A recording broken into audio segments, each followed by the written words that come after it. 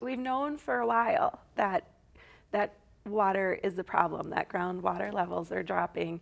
You know, are we changing our behavior? Well, that is the $1 million question. And I think, a lot of folks move here from other places in, the country, either temporarily or permanently. And they've got this paradigm in mind, like I had a yard when I grew up. I want my kids to have a yard and a nice lawn in St. Augustine. And it's a latent awareness, of a problem. And then there's also the folks that have been around for 100 years and said, Grandpa had a big lawn and I've got a big lawn and a big orchard and that's the way it is. And everybody else who has come afterward, well, they can just restrict their water use. And unfortunately, I see both sides of those camps.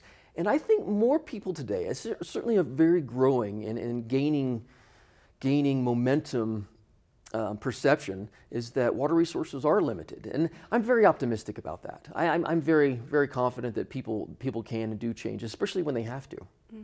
Can you talk about that optimism a little bit? Oh, well, speaking of optimism,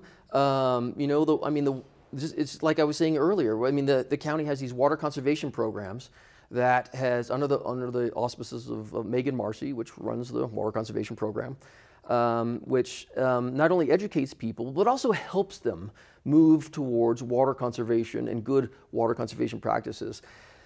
We've got, a toilet replacement program for the county for old, inefficient, toilets. We've got, education programs about low use appliances. We've got a rain barrel program where we give you subsidized rain barrels to help you capture this. And I'm not an expert on this, so I apologize because I miss a lot of staff meetings. But I believe the county's actually going to start creating ordinance for capturing rainwater in cisterns for human consumption. And I'm very optimistic of that. I mean, necessity is the mother of invention, and people will do what they want until it hurts too much to keep doing it, and then they'll change.